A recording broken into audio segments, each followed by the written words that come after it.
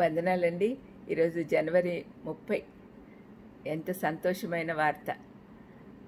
పరలోకం నిజంగా ఉంది అనే వార్త మీకు చెప్దామని ఆశిస్తున్నాను.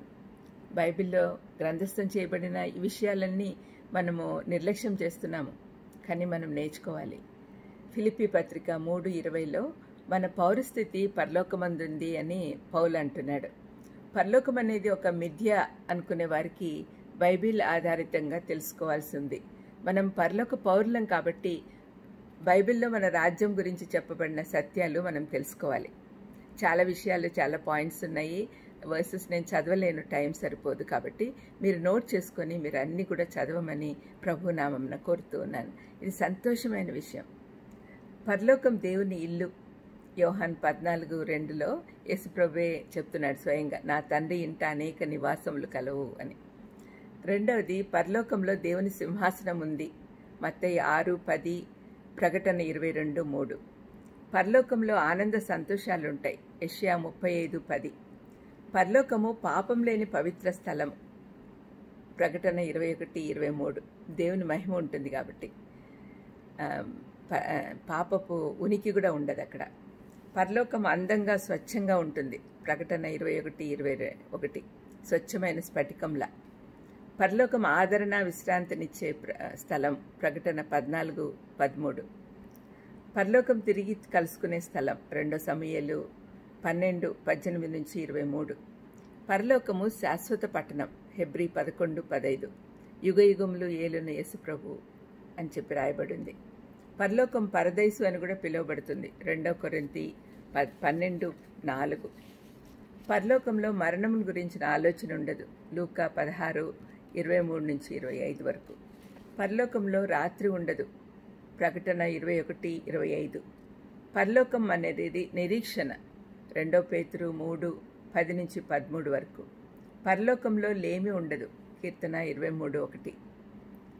పరలోకంలో దేవునితో సదా జీవిస్తాం. ప్రకటన 22:1-5 వరకు. పరలోకపు భాష ప్రేమ. లూకా 13:34-35 వరకు. పరలోకపు మార్గము యేసుక్రీస్తు ద్వారానే. యోహాన్ 14:6. యేసుప్రభు చెప్తాడు కదా, నేనే మార్గం, జీవం, సత్యం అని. పరలోకంలో రాజవీధి మంచి బంగారంతో చేయబడి ఉంది. ప్రకటన 21:21. పరలోకమందు మన పేర్లు వ్రాయబడి ఉంటాయి.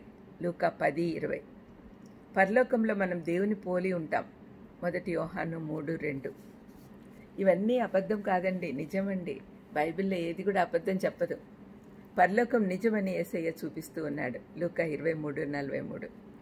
మనుషులు ఎవరికైనా ఈ తాత్కాలిక జీవితం తర్వాత 2 మార్గాలున్నాయి.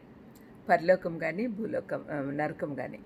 పైన పరలోకం గురించి చెప్పబడిన వాక్యాలు చదివిన తర్వాత అందరికీ పరలోకానికి వెళ్ళి దేవునితో శాశ్వతంగా ఉండాలని ఆశ కలుగుతుంది. రక్షింపబడి పవిత్రపరచబడిన జనులకు పరలోకానికి త్వరగా వెళ్ళాలని ఆశ ఉంటుంది. దేవుడు కరుణామయుడు కనుక పరలోకం నిజమని మనకు చెప్పడమే కాకుండా యోహానుకు చూపించి దాని గురించి వ్రాశాడు. చాలామంది నమ్మట్లేదని చెప్పి యోహాను తన శిష్యుడైన, ప్రియ శిష్యుడైన యోహానుకు దర్శనం ద్వారా చూపించి రాయి అని ఆజ్ఞాపించాడు.